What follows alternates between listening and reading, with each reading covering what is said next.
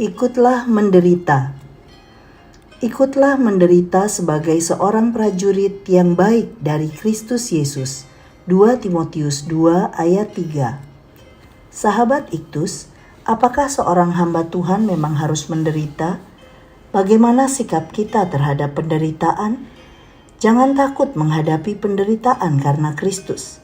Jadilah kuat dan ikutlah mengambil bagian dalam penderitaan karena pemberitaan Injilnya. Penderitaan yang kita alami karena namanya tidak akan sia-sia. Tuhan menjamin dengan kesetiaannya, Ia akan menyertai kita. Karena pemberitaan Injil, Rasul Paulus telah mengalami banyak penderitaan. Namun dengan kekuatan Allah, ia sabar menanggung semua penderitaan itu. Malahan ia mendorong Timotius untuk tetap kuat di dalam kasih karunia Kristus, meski harus menjalani penderitaan dalam pelayanan. Seperti seorang bapa menasihati anaknya, Paulus menasihati Timotius dengan memberikan gambaran tentang arti penderitaan bagi seorang yang melayani Tuhan. 1. Sebagai seorang prajurit, ayat 3 dan 4. Seorang prajurit harus meninggalkan segala urusannya demi ketaatan menjalankan perintah dari pimpinannya. Ia tidak lagi memusingkan diri dengan segala urusan pribadinya, melainkan yang ada dalam hatinya hanyalah sebuah ketundukan.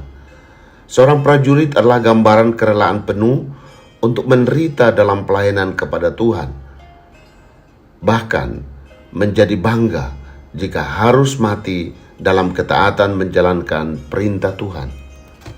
2. Seperti seorang olahragawan, ayat 5. Gambaran kedua adalah seperti olahragawan yang bertanding sesuai peraturan yang sudah ditetapkan. Seorang olahragawan hanya dapat memperoleh hadiah sebagai juara apabila ia memiliki disiplin diri dalam menjalankan semua ketentuan pertandingan. Inilah kesediaan menderita seorang pelayan Kristus untuk tidak menjadi sama dengan dunia, melainkan hidup dalam firman Tuhan menuju kemenangan sejati. 3. Seperti seorang petani, ayat 6. Gambaran ketiga adalah seorang petani yang bekerja keras untuk mendapatkan hasil terbaiknya. Ia pun harus bersabar menunggu upah yang didapat sebagai hasil jerih payahnya. Seorang petani yang bekerja keras haruslah yang pertama menikmati hasil usahanya. Ingatlah bahwa buah pelayanan tidak pernah terjadi secara instan. Seorang pelayan Tuhan harus bersabar menantikan buah dari pelayanan yang telah dipupuk dan dirawatnya, hingga akhirnya beroleh sukacita karena mendapatkan buah yang bernilai kekal.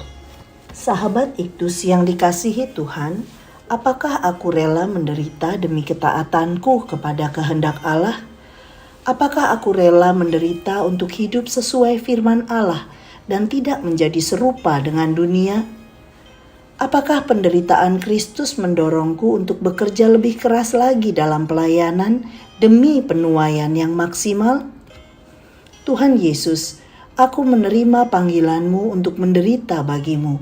Aku tidak menjadi takut menghadapinya karena aku percaya bahwa penderitaan yang kualami mengerjakan kemuliaan kekal bagi kehormatan-Mu.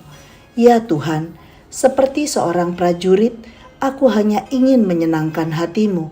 Seperti seorang olahragawan, aku berjuang demi mahkota kemuliaan yang telah disediakan bagiku. Seperti seorang petani, aku mau bersabar menanti buah yang bernilai kekal. Amin. Merupakan hak istimewa bagiku jika aku diizinkan mencicipi sedikit saja dari penderitaan Kristus.